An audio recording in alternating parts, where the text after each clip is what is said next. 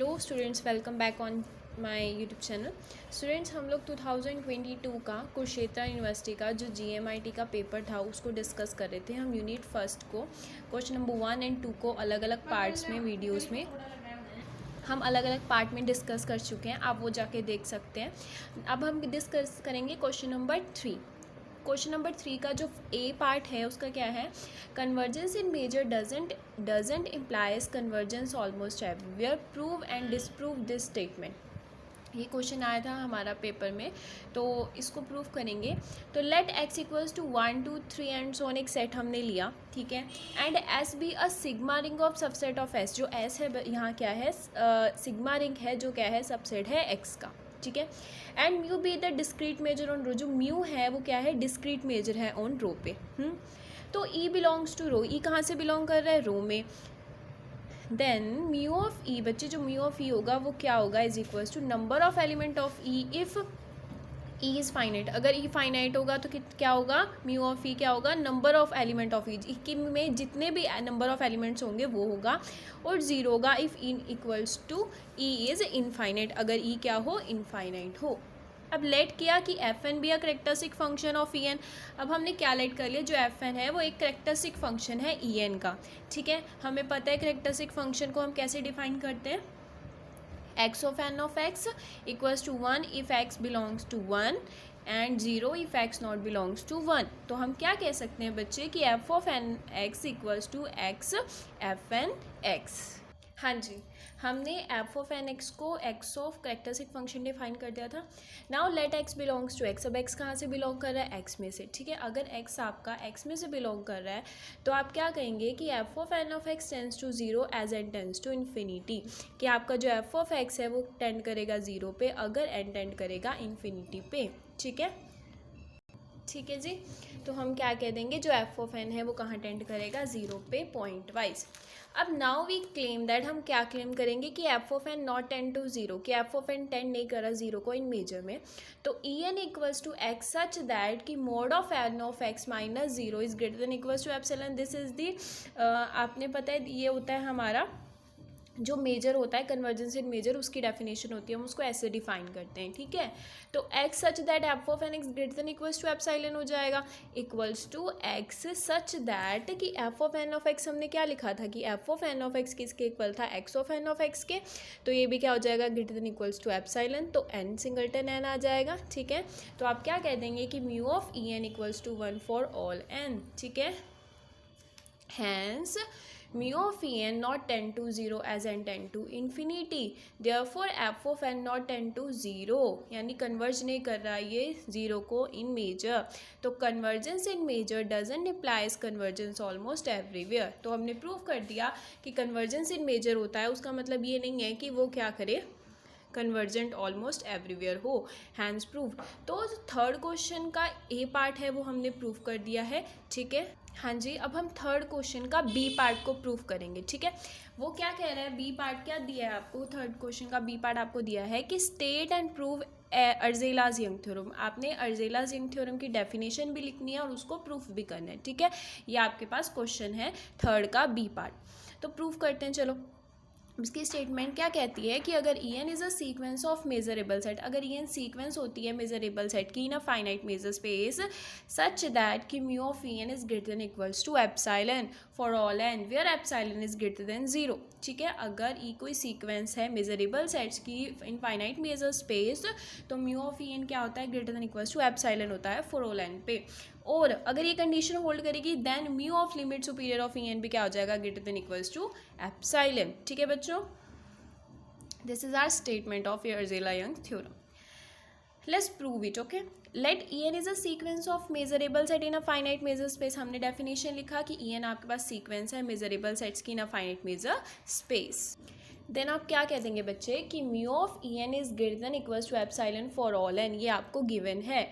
तो आपने लेट कर लिया कि ई है इक्वल है limit superior of E n के। अगर ई इक्वल है limit superior of E n के तो E is equals to intersection, हम limit superior of E n को कैसे डिफाइन करते हैं, intersection n is greater than equals to 1 union के is greater than equals to N E के। ठीक है, और इसको हमने नाम दे दिया इक्वेशन नंबर 1। ठीक है, तो अब डिफाइन किया कि F N is equals to union के is greater than equals to N E के। हमने एफ एन इस टाइप के सीक्वेंस को डिफाइन कर लिया है ना।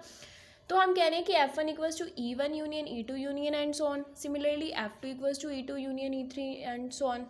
ठीक है, एंड सो ऑन। देन यहाँ से आपको क्या पता लगा कि F N is the subset of F two is the subset of F three and F three is the subset of F four. मतलब एक किस टाइप की सीक्वेंस होगी, एक तरीके से लगा कि ये एफ एन एक टाइप की डिक्रीजिंग सीक्वेंस हो गई है, डिक्रीजिंग सीक्वेंस हो गई है ना। तो आपने क्या कहा, अब जो आपने कंसीडर किया था f N equals to union के is greater than equals to N E के कंसीडर किया था। तो इंटरसेक्शन, अब आपने दोनों साइड इंटरसेक्शन अप्लाई कर दिया है ना, कर देते हैं apply intersection. Intersection K greater than equals to 1, F N equals to intersection N greater than equals to 1 है ना। यूनियन के is greater than equals to N E K, same वही है, बस हमने इंटरसेक्शन ये वाली टर्म दोनों में अप्लाई किया है। हमें पता है this is equals to E from equation number 1। ठीक है, तो हम क्या कह सकते हैं कि E is equals to intersection N greater than equals to 1 F of N. तो यहाँ से क्या क्लियर हो गया कि F N is decreasing sequence of E। F N किस टाइप की सीक्वेंस है, डिक्रीजिंग सीक्वेंस है E की। Since mu is measurable, mu हमें क्या दे रखा है, मेजरेबल दे रखा है, तो हम क्या कह सकते हैं कि mu of F of N is decreasing sequence of mu of E।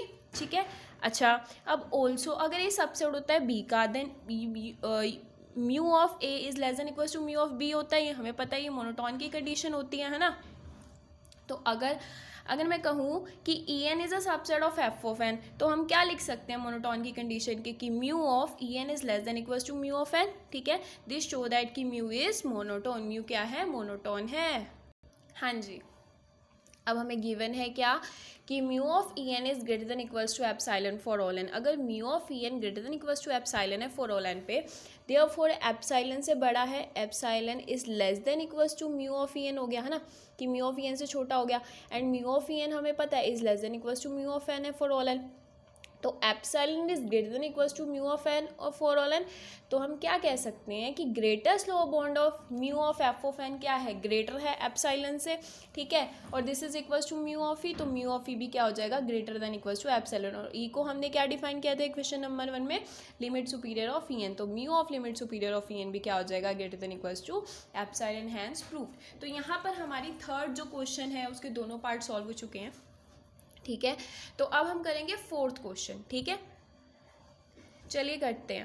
अब फोर्थ क्वेश्चन का ए पार्ट की स्टेटमेंट क्या कह रही है कि for a measurable function show that the following condition are equivalent. कि मेजरेबल फंक्शन के लिए तीनों की तीनों जो कंडीशंस दे रखी हैं ये क्या है, इक्विवेलेंट है। और वो कंडीशंस क्या है, number 1 F is integrable, norm of F is integrable, F plus and F minus are integrable. ठीक है, in this case show that, हमें क्या शो करना है बच्चे कि mode of integration F of D mu is less than equals to integration mode of F D mu होगा। ठीक है, चलिए अब इसको प्रूफ करते हैं, ध्यान से देखना, बहुत ईजी है। ठीक है, चलिए अब सबसे पहले हम ये देख लेते हैं कि इंटीग्रेबल फंक्शन एक्चुअल में होता क्या है। ठीक है, क्या कह रहा है, a measurable function F is said to be integrable. एक मेजरेबल फंक्शन को आप इंटीग्रेबल तब कहते हैं बच्चे with respect to mu if there exist a function G and H. अगर ऐसा फंक्शन जी और एच एग्जिस्ट कर जाएंगे पी डैश, फिर पी क्या है बच्चे, P dash is the class of all measurable function f such that कि f is equals to ji minus h where f is greater than equals to 0। This is called the integrable simple function. ठीक है, चलिए अब हम proof करते हैं। हम first condition को लेके चलेंगे, हम सेकंड कंडीशन को प्रूफ करेंगे। ठीक है, यानी हम एफ को इंटीग्रेबल लेकर चलेंगे और उसको मोड एफ को इंटीग्रेबल प्रूफ करेंगे। ठीक है, इस डेफिनेशन को अप्लाई करते हुए अब आपने सपोज किया f इज इंटीग्रेबल। अगर f इंटीग्रेबल है तो f equals to ji minus H होगा। ठीक है, वेयर g और h कहाँ से बिलोंग करेंगे, p डैश में से बिलोंग करेंगे ना। हाँ जी बच्चे जी, अगर f को हम इक्वल पुट करें g माइनस एच से तो f ऑफ x इक्वल हो जाएगा g x minus H of x से, है ना। वेयर एक्स कहाँ से बिलोंग कर रहा है, एक्स में से। तो हम ये कह सकते हैं कि mode of F of X equals to mode of G x minus H of X, ठीक है। अब हमें ये भी पता है कि mode of A minus B is less than equals to होता है A mode A plus mode B के, है ना। तो इस प्रॉपर्टी को हम यहाँ फॉलो करेंगे। तो mode of G x minus H of X क्या हो जाएगा, less than equals to mode G X plus mode H X. तो हम मोड जी एक्स को हम जी एक्स लिख सकते हैं, सिमिलरली हम मोड एच एक्स को एच एक्स लिख सकते हैं। तो हम क्या कहेंगे कि mode of F of X is less than equals to G X plus H of X, then mode of f is less than equals to g plus h. Also mode f is non negative function, जो mode f है वो non negative function है। तो 0 से बड़ा हो गया mode f and which is less than equals to g plus h। तो मोड f क्या हो जाएगा, इंटीग्रेबल, क्योंकि यहाँ इंटीग्रेबल की कंडीशन को उसने सेटिस्फाई कर दिया, ठीक है।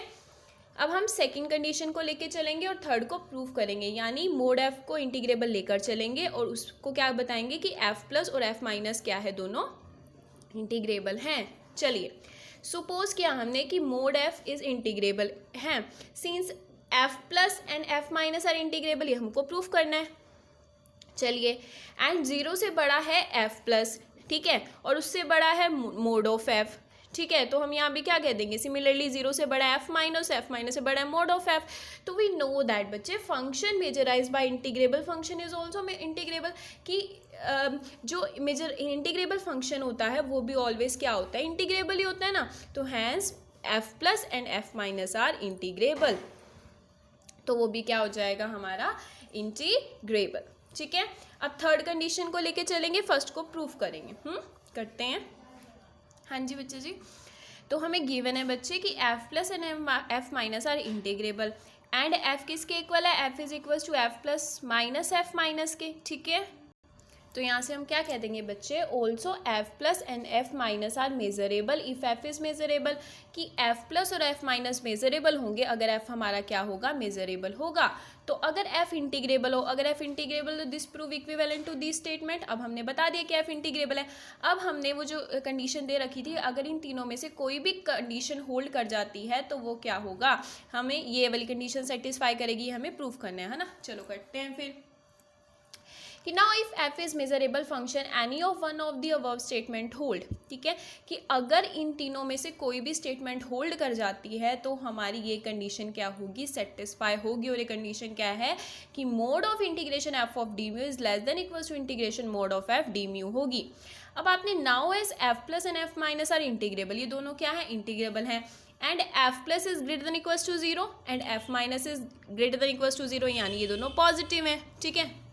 और हमें ये भी पता है कि जो f प्लस है और f माइनस है वो दोनों कहाँ से बिलोंग कर रहे हैं, p डैश में से। Also f is equals to f plus minus f minus, ठीक है। तो हम यहाँ कह सकते हैं integration of f D mu is equals to integration f plus D mu minus integration f minus D mu, ठीक है। दोनों साइड मोड अप्लाई कर दिया। मोड अप्लाई करने पर हमको ये पता है कि mode of A minus B is less than equals to mode A plus mode B होता है। तो यहाँ से ये प्रॉपर्टी सेट लगा के हमने कहा कि mode of integration F plus D mu minus integration F minus D mu is less than equals to mode of integration F plus D mu plus mode of integration F minus D mu, ठीक है। इसको हम इस ऐसे लिख सकते हैं, this is equals to integration of F plus D mu plus integration F minus D mu, है ना। दोनों के इंटीग्रेशन को कॉमन ले लिया तो F plus plus F minus D mu. तो यहाँ से क्या प्रूफ हो गया कि mode of integration F of D mu is less than equals to integration mode of F D mu, hence proved. तो चारों के, ठीक है। तो ये हमारा फोर्थ क्वेश्चन का ए पार्ट प्रूव हो गया है। अब हम सेकेंड पार्ट करेंगे, ठीक है। हमारा फोर्थ क्वेश्चन का बी पार्ट क्या है कि इफ़ अगर f n increasing sequence of f है where f and f n where n equals to 1 2 3 are integrable, अगर ये इंटीग्रेबल है तो हमको शो करना है, हमको क्या शो करना है, show that integration of F of N D mu is increasing sequence of integration F of D mu होगी, ठीक है। अब इसका प्रूफ करते हैं। समझ में आई स्टेटमेंट कि अगर f n increasing sequence of f है और जो एफ एन है और एफ दोनों इंटीग्रेबल हैं तो हमें क्या होगा, क्या प्रूफ करना है कि integration of f n D mu increasing sequence होगी integration F of D mu के, ठीक है। चलिए लेट किया हमने, प्रूफ करते हैं। लेट किया हमने जी एन जो है वो इक्वल है f minus f of n के, ठीक है, कि f minus f of n के इक्वल है जी एन। तो गिवन अगर f of n increasing sequence of f होगी then f minus f of n, ये देखो एफ में से बड़े में से एफ बड़ा है और एफ एन छोटा है, ठीक है, छोटे में से बड़ा को माइनस करें तो ऑब्वियसली वो डिक्रीजिंग सीक्वेंस ऑफ जीरो हो जाएगी, तो g n is decreasing sequence of zero. Now it is sufficient to show that, क्या हमें शो करना है कि integration of g n D mu is decreasing sequence of zero, हमको ये प्रूव करना है। तो now it is sufficient to show that this, तो let f equals to N G one where g one is integrable, हमने f को क्या late कर लिया कि एफ किसके इक्वल है, एन जी वन के, वेयर जी वन क्या है, इंटीग्रेबल है, ठीक है। तो there exist a sequence of measurable c set g k such that, ये याद करने वाला है कि एक ऐसी सीक्वेंस एग्जिस्ट कर जाती है जी के सच दैट कि जी के is increasing sequence of e हो जाता है एंड म्यू ऑफ जी के is less than infinity and x of g k g one is bounded for each k, ठीक है। चलिए अब आपने क्या कहा कि अगर F equals to N G one हो और जी वन इंटीग्रेबल हो तो एक ऐसी सीक्वेंस जी के एग्जिस्ट कर जाती है कि जी के इज इंक्रीजिंग सीक्वेंस ऑफ ई होती है और म्यू ऑफ जी के लेस देन इन्फिनिटी होती है and x of g k g one is bounded for each k होता है। अब आपने नाउ लेट किया कि एप्सिलॉन ग्रेटर देन जीरो है, अगर आपका एप्सिलॉन ग्रेटर देन जीरो है और f N is increasing sequence of f है and g n is decreasing sequence of zero है, ठीक है। तो इन पर्टिकुलर अगर जी1 को हम पॉजिटिव ले लें तो mu of G one is a finite measure बन जाएगा, हमें पता है ना, this is the definition of finite measure. तो ऑल्सो हमें ये भी गिवन है कि जी के is increasing sequence of E given है ना, तो यहाँ से हम ये कह सकते हैं कि म्यू ऑफ, अगर जी के इंक्रीजिंग सीक्वेंस ऑफ ई होगा ना बच्चे, तो हम क्या कह सकते हैं कि म्यू ऑफ ई माइनस जी के क्या हो जाएगा, डिक्रीजिंग सीक्वेंस ऑफ जीरो हो जाएगा। सिमिलरली ये वाली कंडीशन होल्ड की है, देखो ना यहाँ पे क्या हुआ था, एफ में से माइनस किया था एफ ऑफ एन को, एफ ऑफ एन इस साइड था और एफ ऑफ एन जो थी इंक्रीजिंग सीक्वेंस थी एफ थी, और हमने एफ में से एफ ओ एन को माइनस कर दिया तो वो डिक्रीजिंग सीक्वेंस बन गई थी। सिमिलरली जी के इंक्रीजिंग सीक्वेंस ऑफ ई है, अब ई में से हम जी के को माइनस कर रहे हैं तो वो डिक्रीजिंग सीक्वेंस बन रही है, समझ में आया। तो we may choose an index to such that, हम एक ऐसा इंडेक्स चूज कर लेंगे सच दैट कि म्यू ऑफ जी वन क्या हो जाएगा, ई माइनस जी के नोट। अब ध्यान रखना कि यहाँ जी के को इसने जी के नोट लगा दिए, कुछ नहीं किया, हाँ, which is less than equals to epsilon, तो g one equals to e minus g less than equals to epsilon. Clear यहाँ तक। चलिए इसको हमने नाम दे दिया इक्वेशन नंबर 1। सिंस अगर जी सबसेट है ई का, E is equals to e minus g intersection g कह दिया, तो ई माइनस जी एंड जी दोनों क्या हो गए, म्यूचुअली डिसजॉइंट हो गए। तो since x of e minus g union g किसके इक्वल हो जाएगा, x of e minus g plus x g k, ठीक है। इसको अलग अलग लिख सकते हैं ना, हमको पता है ये चीज़, हाँ जी बच्चे जी। Now integration of g and D mu, integration g and D mu किसके इक्वल हो जाएगा, is equals to integration x of e minus g ji and D mu plus integration x of ji ji and D mu. हमने उस तरह जो define किया था हमने वही लिखा है, कुछ नहीं किया है, हाँ। तो इंटीग्रेशन ऑफ ई माइनस जी वाले को इधर ले आए, जी एंड डी म्यू हो गया, plus integration ji ji and D mu हो गया, क्लियर, ये वाले जी को इधर ले आए, तो ये क्या हो गया, this is less than equals to integration of e minus g, ये जी एन है जी वन हो गया, दो ये डिक्रीजिंग सीक्वेंस है तो ये बड़ी हो गई g one d mu plus integration जी जी एन डी म्यू हो गया, ठीक है। और ये हमारा किसके इक्वल था, this is equals to u g one e minus g, ठीक है, प्लस इंटीग्रेशन जी जी एन डी म्यू, ठीक है। This is less than equals to some epsilon, ये एप्सिलॉन से ये जो वैल्यू है वो एप्सिलॉन से छोटी है, plus integration of ji ji and D mu, इसको हमने नाम दे दिया इक्वेशन नंबर 2। अब ये वाली हमें पता है कि X of G of N decreasing sequence of zero है, तो integration x of ji ji N भी डिक्रीजिंग सीक्वेंस ऑफ जीरो होगी, और ये किसके इक्वल है, जी एन के इक्वल है जी, ये वाला जी यहाँ आ जाता है तो जी एन डी म्यू भी डिक्रीजिंग सीक्वेंस ऑफ जीरो हो जाती है।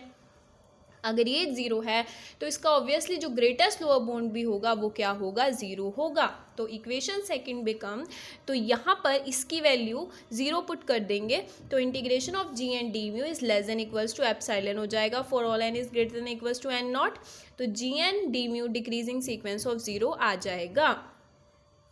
और हमारी जी एन की क्या वैल्यू है बच्चे, f minus f of N, D mu decreasing sequence of zero. तो यहाँ से हम क्या लिख सकते हैं कि integration of F of and D mu is increasing sequence of integration F of D mu hence proved. तो ये यूनिट सेकंड 2022 का जो क्वेश्चन है जीएमआईटी का, ठीक है, उसका सारा सॉल्यूशन हो गया है। अब नेक्स्ट वीडियो में हम यूनिट 3 करेंगे, ठीक है। अगर आपके लिए हेल्पफुल है तो मेरे चैनल को लाइक कीजिए, सब्सक्राइब कीजिए। Thank you so much.